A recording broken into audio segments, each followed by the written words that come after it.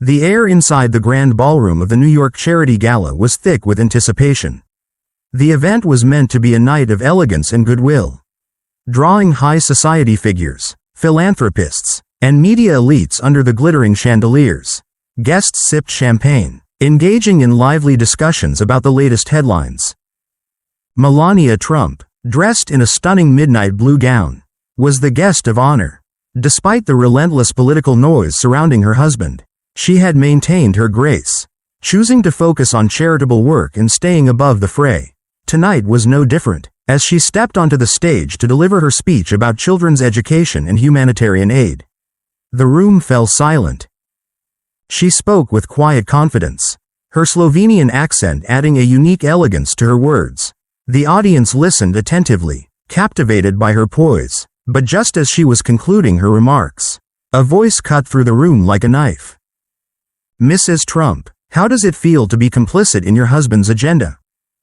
The tone was sharp, mocking. A tall, sharp-dressed journalist stood near the front of the audience, his microphone raised like a weapon. His name was David Calloway, a political correspondent infamous for his relentless attacks on conservatives under the guise of journalistic integrity. A hush fell over the room. Guests shifted in their seats, some exchanging knowing glances. This wasn't going to be a typical Q&A session. Melania's lips parted slightly, but before she could respond, Calloway pressed forward. "Your husband has been accused of dividing the country, of fostering hate," he continued, his voice growing bolder now that all eyes were on him. "And yet, you stand here, presenting yourself as a role model. Don't you think the real role models are the people fighting against him?" The words hung heavy in the air. The tension was suffocating. A few reporters smirked, already sensing a viral moment in the making. The room was still, waiting for a response. Before Melania could speak, another voice shattered the silence. Firm, unwavering. "That's enough." All heads turned as Barron Trump stepped forward from the audience. He was no longer the quiet boy the world once saw in the White House. Now 17, he was tall and carried himself with the confidence of someone raised in the public eye. He was no longer just the president's son, he was his own person. And right now, he wasn't about to let anyone disrespect his mother. Barron moved past the tables, his broad shoulders squared, his jaw clenched. He stepped onto the stage without hesitation, positioning himself directly between his mother and the reporter. His mere presence was enough to shift the energy in the room. "Excuse me?" Calloway raised an eyebrow, surprised but unfazed. Barron didn't flinch, his eyes locked onto the journalists. Unwavering, the room held its breath, waiting to see what would happen next. "BL Link, you can ask tough questions," he said, his voice calm but unwavering. "But what you're doing isn't journalism, it's bullying." The room erupted into whispers. Calloway, caught off guard, let out a breathy chuckle, trying to play it off. "Oh, and I suppose you, Trump's son, are going to lecture me on media ethics?" Barron tilted his head slightly, his eyes locked on Calloway's sharp and unwavering. "No," Barron said smoothly, "I'm going to show you what respect looks like." The tension in the ballroom had transformed from an undercurrent to a tidal wave. All eyes were on Barron. No one had expected him to step in, not like this, not with such controlled confidence. David Calloway, the liberal journalist who had sparked the confrontation, was still trying to process the moment. He had expected a flustered, awkward teenager, maybe even a moment of hesitation that he could spin into a viral clip. What he hadn't anticipated was Barron Trump standing his ground. The smirk on Calloway's face wavered for just a second before he composed himself. He chuckled, shaking his head as if amused. "Respect?" he repeated mockingly. "Forgive me, Barron, but I don't think you or your family get to lecture the press on respect." Some people in the audience chuckled uneasily. Others remained frozen, watching this unexpected showdown unfold. Barron didn't flinch, his shoulders squared, and when he spoke, his voice was calm but unshakable. "You can ask whatever questions you want," he said, "but what you just did, you didn't ask a question. You tried to humiliate my mother." Calloway's smirk faded slightly, but he held his ground. "Mrs. Trump is a public figure. he countered. She should expect tough questions. Barron took a slow step closer, his height forcing Calloway to look up at him slightly. Then why didn't you ask her about her work tonight? About the children she's helping? The crowd stirred. It was a simple question, but it struck deep. Calloway had no real response. And he knew it. His job was never to highlight Melania's accomplishments, it was to reduce her to a political pawn. Before Calloway could recover, Barron continued, "You came here with one goal: to make headlines. You didn't care about what this event is actually about. You wanted a viral clip. Something to throw on Twitter to get a few thousand likes from people who already agree with you." The room fell completely silent. A few guests near the back exchanged looks, realizing that Barron wasn't just reacting, he was in control of this moment. Calloway's confidence faltered. He glanced at the other journalists in the room as if hoping for backup. But none of them spoke. They weren't used to being called out like this, not by a Trump, and certainly not by a 17-year-old. Melania, who had been standing quietly behind her son, placed a gentle hand on his arm. She didn't say a word, but her expression spoke volumes: pride, strength, a silent message. "I'm right here with you." Calloway, realizing he was losing ground fast, tried to regain control. He forced a smirk and folded his arms. "You're young, Barron," he said, shaking his head. "You don't understand how this works." Barron didn't blink. "I understand exactly how this works," he said smoothly. "I've been watching people like you attack my family since I was a kid." The journalist's smirk faded completely. Barron took another step forward, his voice steady. "I just didn't think you'd be pathetic enough to attack a woman who's done nothing but try to help others." A wave of murmurs swept through the crowd. Someone near the back actually gasped. Even some of the journalists, who had expected another routine hit job on a Trump, were stunned into silence. Calloway's face reddened slightly, but before he could retaliate, another voice from the crowd broke the moment. "Barron's right." A man in a tailored suit stood near one of the round tables. He was older, with salt and pepper hair and the presence of someone used to commanding a room, a respected businessman. Maybe even a donor. He looked straight at Calloway. "This is a charity event," he said. "This isn't the place for petty political stunts." More murmurs rippled through the audience. A few others nodded in agreement. For the first time that night, David Calloway looked uncertain. His moment was slipping away. And Barron Trump, he wasn't finished yet. The silence in the ballroom was heavy, thick with tension and expectation. All eyes were on Barron. No one was used to seeing a Trump take on the press quite like this, not with anger or deflection, but with cold, measured precision. He wasn't lashing out. He was dismantling Calloway, piece by piece. David Calloway, the once confident liberal journalist, clenched his jaw. He was losing control of the narrative. And he knew it. He had come prepared to provoke Melania Trump into an awkward moment.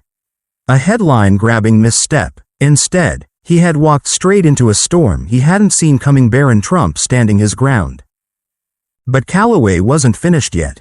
He forced a chuckle, shaking his head as if Barron were just some naive teenager. "You know, Barron," he said, "it's easy to stand up for your family when you've grown up in a golden tower. But out here in the real world, people like me have to ask the tough questions. That's what journalism is." A few of the usual suspects in the audience nodded instinctively. But something was off. The usual rhythm of media attacks wasn't working tonight. Calloway's words sounded defensive, desperate. Even. Barron tilted his head slightly, the hint of a smirk playing at the corner of his lips. He was ready to finish what he started. A smirk tugged at the corner of Barron's mouth. He had him. "You mean the real world? The one where my mother is here supporting charities while you're trying to get a headline off humiliating her?"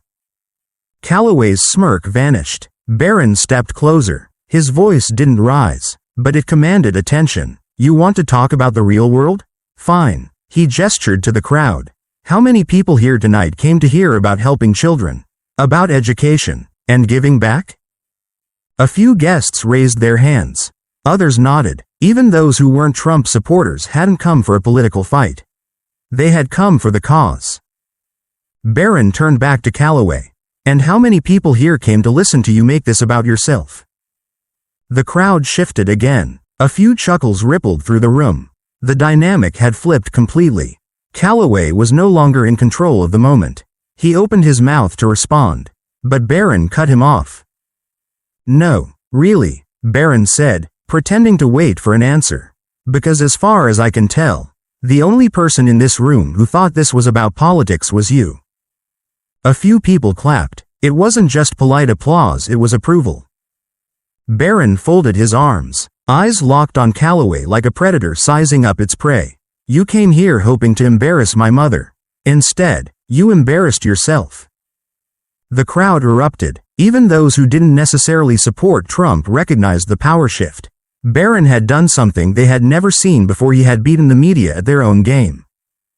Calloway's face was red now. He tried to speak, but the moment had already slipped through his fingers. His confidence, his arrogance, it was all gone. And then, just to drive the final nail in, Barron leaned in slightly and delivered the finishing blow. "Next time," he said smoothly, "if you want to attack a Trump, maybe try picking on someone your own size." The ballroom exploded into applause. Calloway stiffened. He had no comeback. He had played his game. And tonight, he had lost. And as Barron turned back toward his mother, standing tall and composed, one thing was clear to everyone in that room: the youngest Trump had just made his mark. The applause hadn't even died down before Calloway realized just how badly things had turned against him. His once confident smirk was gone, replaced with a stiff, forced expression as if he were trying to keep his composure while the ground crumbled beneath him. Barron stood tall, his shoulders squared, his gaze locked onto Calloway like a lion watching a wounded animal. He had seized control of the moment, and the crowd knew it. Calloway wasn't the hunter anymore, he was the hunted. But the journalist wasn't ready to accept defeat. Not yet. He adjusted his tie, trying to steady himself, searching for an opening to salvage what was left of his reputation. Calloway forced a chuckle. "So that's it then?" he said, trying to sound amused, though his voice had lost its edge. "You're telling me I can't ask questions because it might upset your family?" Barron's expression didn't change. His voice remained smooth, controlled. "You didn't ask a question. You made an accusation." A murmur of agreement rippled through the crowd. Even those who weren't Trump supporters couldn't deny that Barron was right. Calloway's jaw tightened. His eyes darted toward a few other journalists in the room, as if silently pleading for backup. But none of them spoke. They knew what had just happened. Calloway had lost control of the room. Barron stepped forward again, not aggressive, just deliberate. His presence alone was enough to make Calloway take a half step back. "You tried to frame my mother as a villain," Barron continued, "but you failed. Because the truth is, she's here helping, making a difference." Barron gestured to the charity banners hanging behind the stage, displaying the faces of the children and families the Melania Foundation had supported. "And what are you doing?" Barron tilted his head slightly. "What are you actually contributing tonight, besides negativity?" Calloway's face was turning a deeper shade of red. His confidence was gone. His body language betrayed him. His shoulders had tensed. His grip on the microphone had tightened. And for the first time, he looked uncomfortable. The audience wasn't on his side anymore. In fact, some of them were shaking their heads. Calloway swallowed hard. "I was just doing my job," he muttered. Barron smirked slightly. "Then maybe," he said, "you should try doing it better." The crowd erupted again. This time, it wasn't just polite applause, it was thunderous. Even people who had come in skeptical of the Trumps couldn't deny what had just happened. Calloway had walked in expecting to dominate the room, to turn the night into a spectacle. Instead, he had become the spectacle. And Barron Trump, he had just completely dismantled him in front of the entire elite media establishment. Melania, who had been watching quietly, smiled softly. She didn't need to say anything. Her son had already said everything that needed to be said. Calloway, realizing there was no way to save himself from this disaster, lowered his microphone and turned away. The walk of shame had begun. And Barron Trump? He simply turned back toward his mother, standing by her side, because tonight, He wasn't just defending her, he was proving that the next generation of Trumps wasn't going anywhere. David Calloway gripped his microphone so tightly his knuckles turned white. He had lost completely. And the worst part? It wasn't because he had been shouted down. It wasn't because of volume or theatrics. It was because, for once, the truth had spoken louder than the narrative he had tried to create. Because someone silenced him? No. It was because a 17-year-old had outclassed him in front of the entire room. The crowd was still buzzing, some people clapping, others whispering, some just staring at Calloway as if watching a man self-destruct in real time. Even some of the journalists, his own colleagues, avoided his gaze, too embarrassed to be associated with what had just happened. But Calloway wasn't done yet. He could feel his career flashing before his eyes. This was supposed to be an easy win, a headline-worthy ambush that would go viral in minutes. Instead, he was standing there like a fool, humiliated by the very people he had planned to impress. He needed to salvage this fast. Forcing a smirk, he lifted the microphone one last time. "Well," he said, "if you can't handle a little pushback, maybe politics isn't for you." It was weak, a desperate attempt to throw one final punch. But Barron didn't even blink. He didn't flinch, didn't step back. He just smiled, a knowing, amused smile that sent a clear message. "That's all you've got?" And that's when Calloway realized he was finished. He had thrown everything he had, and yet Barron was standing there untouched, composed, unshaken. The applause that followed wasn't just for Barron anymore, it was for the fact that Calloway had just buried himself. A few murmurs started rippling through the audience. Someone chuckled. A wealthy donor near the front turned to his wife and whispered something that made her smile. Calloway saw it. He saw all of it. And in that moment, he knew he wasn't just walking away from this conversation. He was walking away a failure. His face tightened. He muttered something under his breath, barely audible over the noise, before finally turning around and walking off the walk of shame. The cameras followed every step. He had entered this ballroom expecting to break headlines. Instead, he had become one, and the world was going to see it. Meanwhile, Barron turned to his mother. Melania looked at him, her expression unreadable for a moment. Then, with the grace and composure that had defined her for years, she simply reached out, gently straightening his suit jacket. It was a small gesture, one that spoke volumes.